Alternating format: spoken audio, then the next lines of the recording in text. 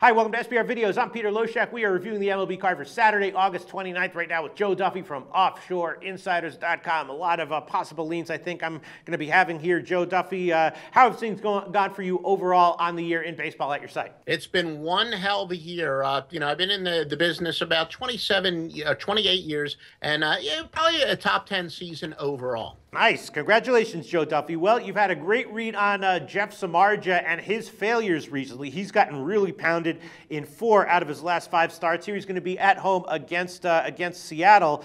Iwakuma can get hit hard, of course, but he seems to get hit a lot less often than Samardzija. And Iwakuma, of course, is coming off his 3rd start off a no-hitter, so maybe there'll be some kind of extended hangover for Iwakuma. He got crushed in his last start. Is Iwakuma going to get crushed again? And is Samardzija going to get crushed again here? Well, Jeff Samardzija is kind of the poster child why I don't like to make, those long-term futures and whatnot. And I think if you were playing fantasy baseball, there's where, the mindset can be different, because people could point out, or many loyal viewers could say, wait a minute, I remember Joe Duffy saying Jeff Samardzija looks like he has turned the corner. And I did say that, but the good handicappers make adjustments. And it's obvious that Samardzija did not turn the corner. And he's a guy with great stuff, but he's just a bad pitcher at this point. I would definitely want to fade him. But Iwakuma's done pretty well, 3-0 with a 1.71 ERA in his previous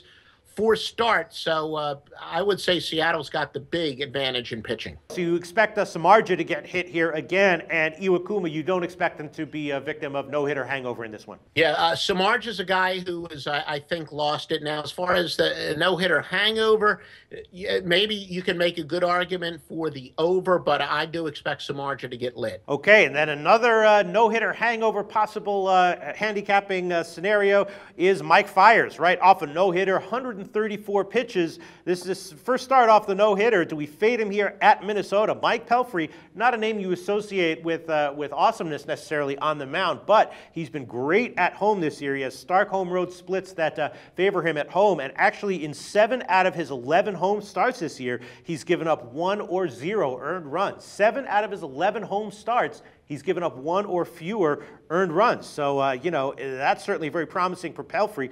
Fiers coming off a no-hitter, 134 pitches. Is this maybe sneaky great value here with Minnesota? Yeah, and Fiers, again, he's a solid pitcher. It's not like he's a spectacular pitcher, so I think he's going to be pretty vulnerable to a letdown. And Pelfrey, as you said, he's also pitched very well in the month of August. His last 5 starts, 2.83 ERA. So I would say that Minnesota does have a good pitching advantage here, because I do think Fiers is more susceptible to have a letdown. Okay, and then the Yankees will be facing a second straight shaky starter in Atlanta. This time, Matt Whistler. He just hasn't been getting it done recently. There's no other way to put it. And then live young arm Luis Severino on the other side for the Yankees. Whistler's been bad since the All-Star break, but Atlanta they're 3-4 in his starts, 1-4 in his last 5 starts, though. Yankees will be a favorite here, probably not as big as they will be on Friday. Do you think the Yankees might be a good bet here? Yeah, Severino, that might even be a possibility for an over. That he's obviously a highly touted guy, but when you have a few starts and sometimes the scouting does catch up to you. And in the case of Whistler, look, he's just one of those Braves young pitchers. They're going to have to stick with him. They're really trying to find out what their pitching staff's going to be when they move to East Cobb, their stadium, in a couple years. So I wouldn't be surprised if that's a surprisingly high-scoring game, even though the Braves' bats haven't been very well. But at the end of the day, yes, the Yankees definitely have the pitching matchup advantage. Okay, and then an intriguing matchup, Joe Kelly and Jacob deGrom in Boston at the Mets. Now, deGrom is off of a bad start at Philly after a long run of excellent starts, and the reports are that he had food poisoning in that one. So he was dehydrated, had an excuse for a bad start there. Question is, does deGrom bounce right back here at home against Boston? And then Joe Kelly, of course, gotten crushed most of the year, but his last 4 starts have been good. What do we expect from Kelly? Is he going to continue his decent pitching that he's shown recently? And what do we expect from deGrom, a big bounce back or not? Yeah, Joe Kelly, he's been upset, you ripping him like crazy, and, him saying he was going to win the Cy Young. He's used that to respond. 5 straight starts, 3.03 ERA, and that was coming off a month of where he was 8.31 in the month of July. As you said, deGrom, yeah, he's been a heck of a pitcher the last 2 years. I wouldn't be surprised to see him bounce back. And with Kelly hot, this might be a good spot for an under. So you do expect a bounce back from DeGrom, and you expect Kelly's recent excellence to continue.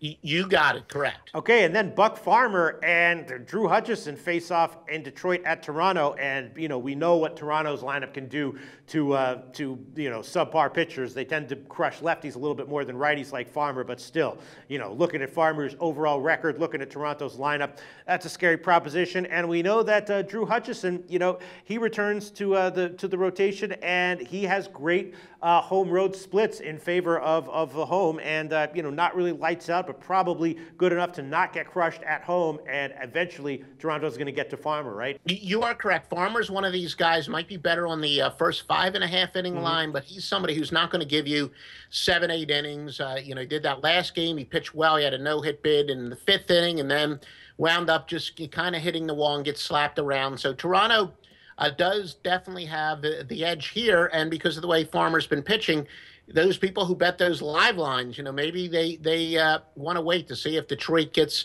a little bit of a lead, and it looks like Farmer's pitching well, and then bet on Toronto. Well, my leans, as they often are kind of obvious, but sometimes those obvious leans, as they have in our previous calls, do have value.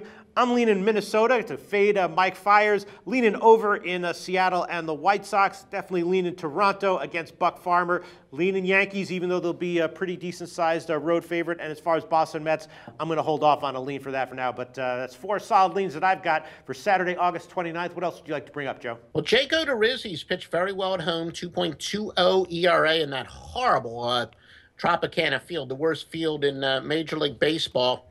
And for the Reds, Kavis Simpson, 8.03 ERA in his last 3 starts. So he's pitching some batting practice. Wouldn't be surprised to see that game go over the total. And, a guy that you used to like, I think, Garrett Richards for the Halos, 5.46 ERA in the month of August. So it looks like he is now downtrending. Yeah, I was actually going to maybe bring up that game, LA at Cleveland. Trevor Bauer, for all of his, potential, he either gives up a lot of home runs or has control issues. Garrett Richards hasn't really been getting it done. We're going to see probably a low total there, unless there's weather that pushes me off the over. Probably going to be leaning over. That might be a good play there, right, Joe? Yeah, I would definitely tend to agree with that. All right, thanks so much, Joe Duffy, OffshoreInsiders.com.